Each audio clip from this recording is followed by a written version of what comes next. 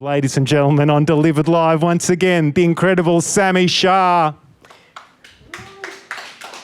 Did you just call me the coronavirus of comedy? All right, fair enough. I can live with that. That's coming on the poster next year. It's April the 18th. Welcome to the Isolation Times. That date I just read out, by the way, be honest, you have no idea whether it's true or not. I could make up any day right now, any date at all, and you'd have to take my word for it because you don't know. No one knows. It's the 14th of May. It's the 7th of March. It's the 11th of Augustuary. You have no idea. Time has lost all meaning. We don't need to mark the calendar anymore. We don't need to track the passage of the sun or the harvest seasons or whether it's summer equinox or winter equinox. It doesn't matter.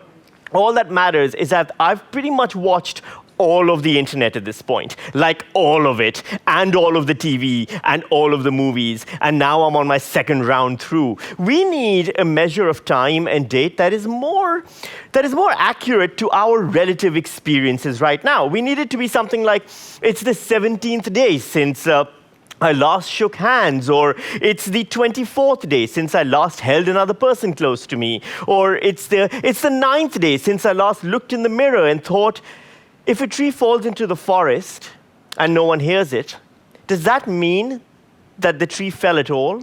Because sound waves only exist when they are received by a recipient, like eardrums. And if that is true for sound waves, then what does that mean for me? Because if I am alone and there's no one there to acknowledge me, do I exist? Am I just a sound wave traveling endlessly through the void, achieving nothing, being no one?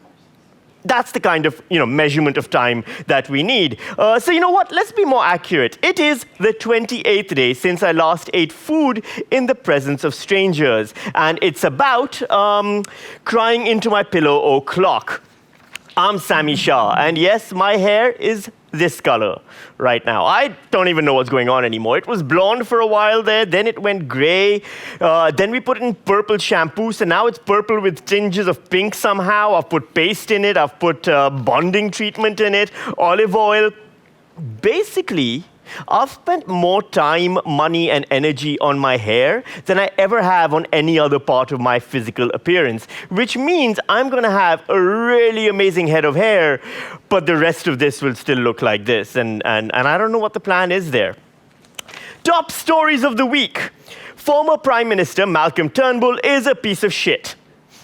That's according to former Prime Minister Kevin Rudd, who's quoted saying that, and much worse, by the way, in Malcolm Turnbull's new memoir, A Bigger Picture. It's a book full of shocking revelations. So shocking, it turns out, that the bigger picture the title refers to is a picture of a mountain of shit. There are lots of juicy tidbits in it, like the one about Nationals MP George Christensen spending lots of taxpayer money in seedy Manila hotels and making payments to women in bars and nightclubs, which is basically the most care and consideration that Nationals MP has ever shown for small businesses and women's issues. Or there's also the part in the book where Malcolm Turnbull describes former Prime Minister Tony Abbott and onion enthusiast Tony Abbott as being, quote unquote, crazy. Or there's also the part where, you know what? Who cares?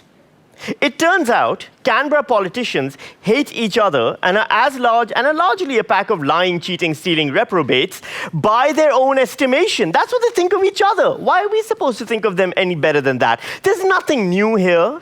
The only new revelation in Malcolm Turnbull's entire memoir is that he's basically the worst judge of character since Julius Caesar said about Brutus, "Hey, that's a nice guy, I bet he's got my back." Turnbull believed Barnaby Joyce wasn't having sex with his staffer. Matthias Cormann and Peter Dutton could be trusted, and that he would be a competent prime minister.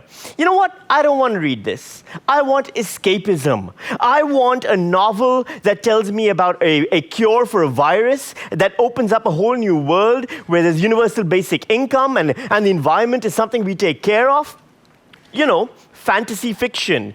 That's the kind of stuff I want Malcolm Turnbull to write for me. I don't want to read a book about how one multimillionaire hates another multimillionaire. You know what's more important than Malcolm Turnbull's hurt feelings? Homeschooling. That's right, schools have restarted across Victoria and other parts of the country. And parents are discovering that they need to manage their kids' homeschooling themselves. We are all teachers now, by which I mean we're all underpaid, overworked, and poorly sourced. Experts recommend you try to stimulate a school-like environment at home as best you can, which is why I'm now bullying my 10-year-old daughter and spreading rumors about how Jenny from grade 5-6B has a crush on Rob from grade 5-6D. Also, for added realism, buy your kid a new jumper and hat that they can then somehow lose one day later without apologizing for it. In staying sane during isolation news now, making bread is the new Tiger King. It's what we're all doing. Apparently, all it took for us to appreciate one of the oldest human skills that probably led directly to the creation of civilization is basically risking losing that civilization. The next hobbies we're likely to trend across isolation are the creation of a barter system, the worship of the sun, and organizing so we can invade neighboring towns and villages. I'm coming for you, Coburg.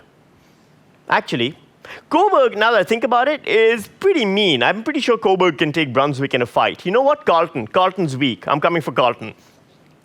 In Are You Paranoid? If they're really watching news, the Prime Minister Scott Morrison has said a coronavirus app that tracks your movements and who you've been in contact with is not going to become mandatory on all Australians. This means you don't have to worry about the government knowing your every move.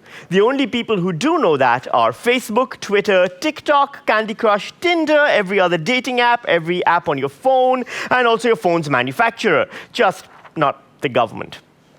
You know, if the government wants us to use an app that tracks our movements, don't make it mandatory. Just add a feature that lets us judge one another's life choices, be consumed with envy, and maybe send secret sexting messages that our partners won't know about, and we'll download it for free, it turns out. In the world is on fire and nothing is fair news, Jeff Bezos, the owner of Amazon, has added another $24 billion to his fortune. That's nice. We're all so happy for him. You know, good on you, Jeffy. Just don't spend it all in one place like I would have. In unrelated news, I'm still struggling to make the monthly payments on my Roomba. In entertainment news, critics say the US president is inciting a civil war. In a recent flurry of tweets, and you know, I think we need like a better collective noun for Donald Trump's tweets, a shitstorm of tweets, a kofifi of tweets. That's it, I like that. I like a kofifi of tweets. In a recent kofifi of tweets, Trump has urged people who are angry at being told to isolate and demanding that they liberate their respective states. This is all part of his long-term plan to return to America to the good old days. 1861 to be exact, which is when the Civil War began. He's also threatened to cut funding to the World Health Organization because what use are they during a world health crisis? And look, at this point, what if we just invade America? Here's what I figure, right? America is asleep when we're awake because the time differences, right? So let's wait until they go to sleep, then let's all go over there and take over America and fix it. What are they going to do? Shoot us? Oh yeah, good point. Okay, never mind. Look, that's all this week on the Isolation Times. Join us next week to see more of Sami and his Technicolor hairstyle. Back to you, Henry.